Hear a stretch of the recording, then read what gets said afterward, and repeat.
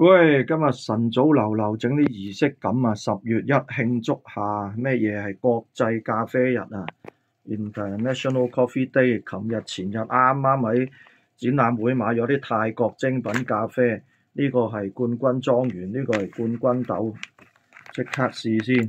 哇！淨係聞下嗰個 aroma 都不得了。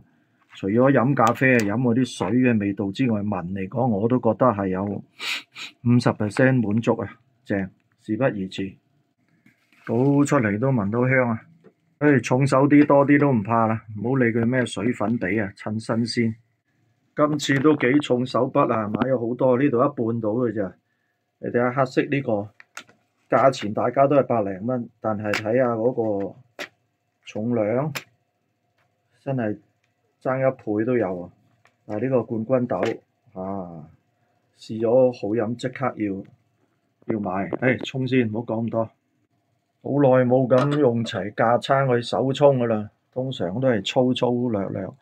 而家認真啲，儀式感啊嘛，所謂彈多啲。預泡先。求都冇燉平嗰啲咖啡粉啦。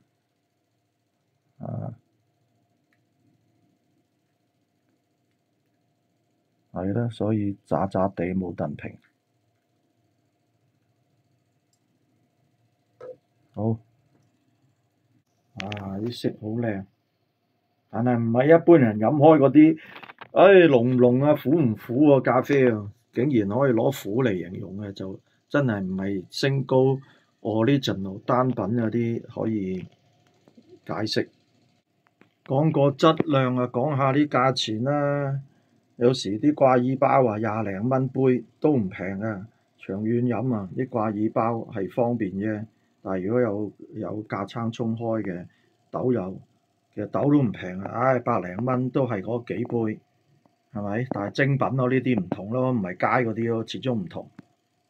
街嚟講，你求其走去啲咖啡鋪40蚊係嘛？但係俾咩豆你有冇 say 啊？俾咩豆你係飲咩㗎啦？呢啲味道冇得控制，咁啊買係嘛靚啲嘅，自己啱嘅，價錢高啲梗係冇所謂啊！最緊要滿足開心。飲兩啖先，唔好理。飲咗兩啖，同現場試係有啲唔同嘅。當然啦，佢哋沖同我哋沖都要掌握嗰個各方面啦、條件啦、溫度咩性嗰啲。咁啊，現場飲係甜嘅，今日飲都甜，但係當時飲係好清甜添，所以唔係話啲人成日講酸啊，飲唔到啊，飲開一定要濃啊、苦啊嗰啲。咁佢呢個甜啊好正，真係冇得頂，所以即刻買。我今日沖啊多咗中烘，即係嗰種咖啡味啊，即係一般人追求嗰種濃嘅味嘅，但係佢都唔係好濃，但係個甜度喺度，但係一啲都唔酸過嗰度勁啊嘛，所以冠軍就係冠軍，唔會有酸。非常開心，日日呢排起碼呢個月內都飲到啲靚嘅咖啡，多謝大家，鍾意可以留言，拜拜。